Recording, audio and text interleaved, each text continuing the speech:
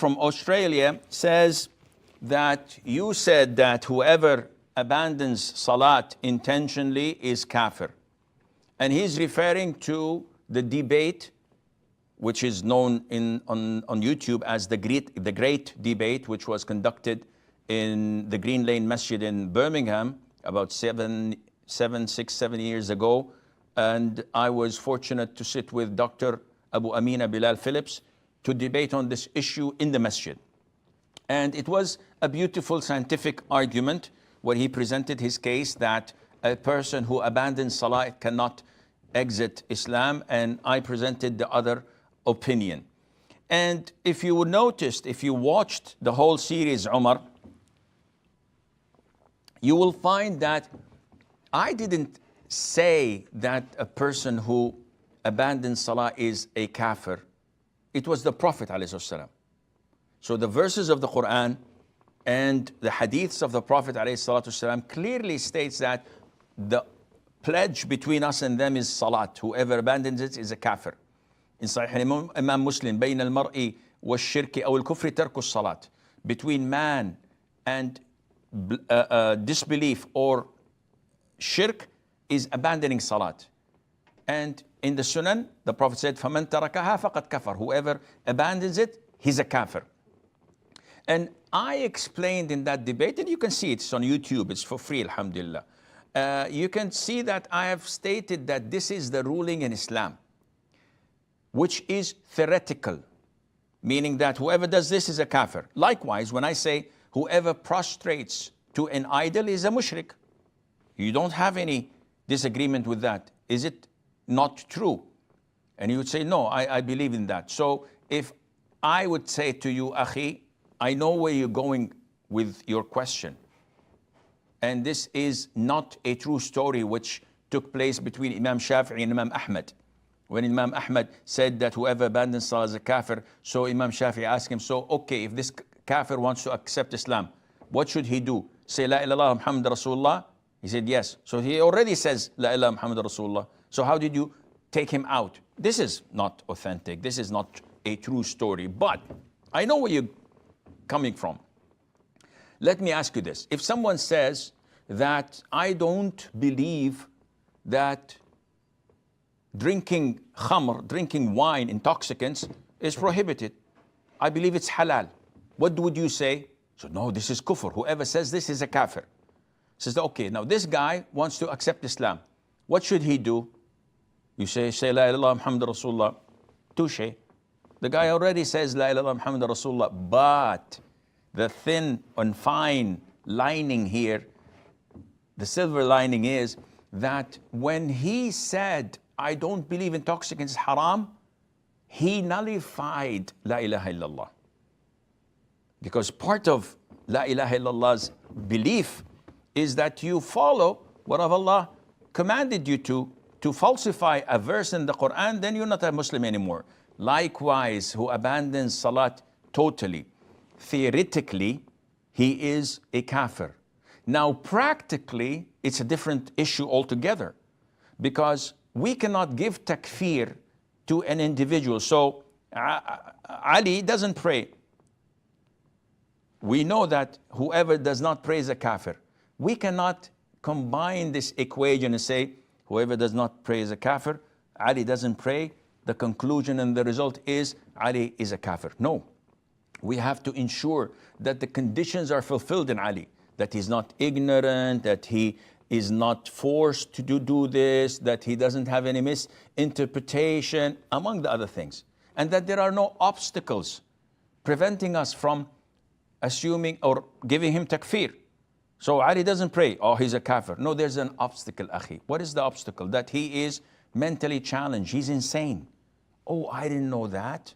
So now you know. There are many other reasons. So in a nutshell, akhi, I think I've answered your question. Practically speaking, we can't give takfir to people who do not pray until we ensure and we are certain that they have fulfilled the conditions, that they are not willing to pray. And this is what Shaykh al-Islam ibn Taymiyyah, may Allah be pleased, may Allah have mercy on his soul, said at the end of this discussion. He said that if a man was caught by the authorities and he was told, pray, he said, I don't want to pray. I believe that prayer is one of the pillars of Islam, but I don't want to pray. And they keep on telling him while he's in jail, we're going to chop your head off. Pray. He said, no, I'm not going to pray. I believe in Allah. I believe in the Prophet ﷺ, but I'm not going to pray.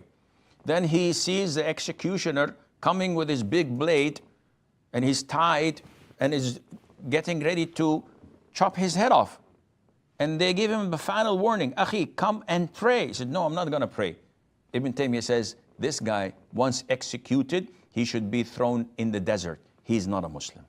No one is so defiant and adamant on not praying, knowing that he's going to die because of that, except that a person is not a Muslim. Allah knows. Wa alaikum assalam wa barakatuh. First of all, I want to say, Sheikh, it's a privilege to be here. It's an honor. I wanted to ask, I'm originally from Pakistan, but I grew up in Saudi Arabia.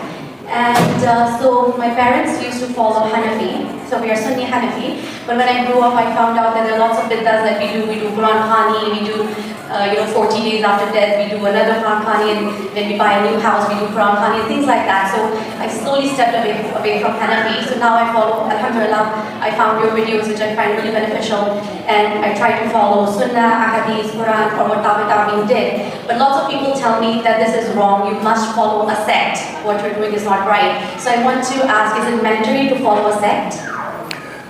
The Prophet ﷺ is the one who we're ordered to follow. Allah says in the Quran, وَيَوْمَ يُنَادِيهِمْ فَيَقُولُ مَاذَا أَجَبْتُمُ الْمُرْسَلِينَ. On the day of judgment, Allah will call them and say, what did you respond to the messengers? So Allah will not ask you on the day of judgment, what did you respond to Imam Ahmad ibn Hanbal, or Imam Muhammad ibn Idris al-Shafi'i, or to Imam Malik ibn Anas, or to Imam Abu Hanifa. He will ask you, what did you respond? What did you do with this verse of Quran that came to you, or with this authentic hadith that was reported to you? This is what Allah will ask you upon. However, we most likely are not qualified to know what is a Quran verse or what is a hadith. The vast majority of Muslims, especially non-Arabs, if you say to them, tell me which surah, and raise your hands if you know, you might get a prize. You might, I don't know. The organizers, mashallah, they have a lot of money. They invited me in, so they can afford it. So raise your hand if you know which surah this is. إِنَّمَا الْأَعْمَالُ بِالنِّيَّاتِ. Okay. MashaAllah, which chapter? It's a hadith. It's not an ayah. And the majority, I thought it was in al-Ikhlas. No, it's not. It's not. So this is a problem. Lots of the Muslims don't know the difference between a verse of the Quran and a hadith. Then they say, oh, should we follow an imam? Of course you should follow an imam. You don't have what it takes. What is this queue? Is there full? Come on, guys. Are you really making me scared? All of these are for questions. This is going to be a long night. Yallah, inshallah. So we don't have the ability, the tools needed to segregate or to differentiate which is right and which is wrong. Because we're laymen. I'm a layman in mechanics.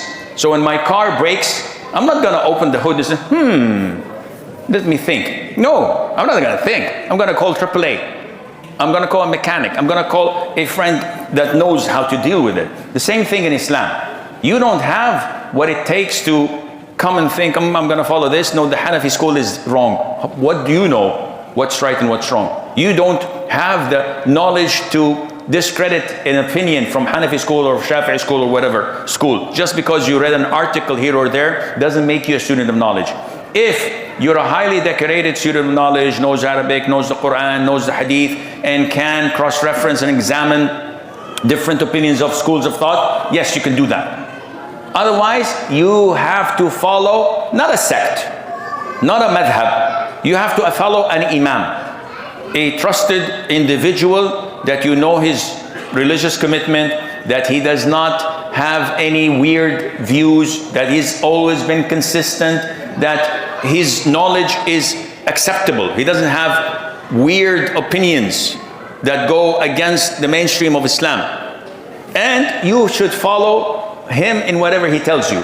Most likely this individual would be a follower of one of the four main schools of thought. So you follow Bin Baz, you're in good hands. You follow Bin Uthaymeen, you're in excellent hands with the grace of Allah. And the more these are prone to fall into temptation and fitna, the better they are. They're dead. So they're definitely not gonna go for something that suits the highest bidder. The living ones, you never know. I'm a family man. If you push me too far, I just might. So you never know. No, follow those who you can trust and you can believe in, and on the day of judgment you're saved.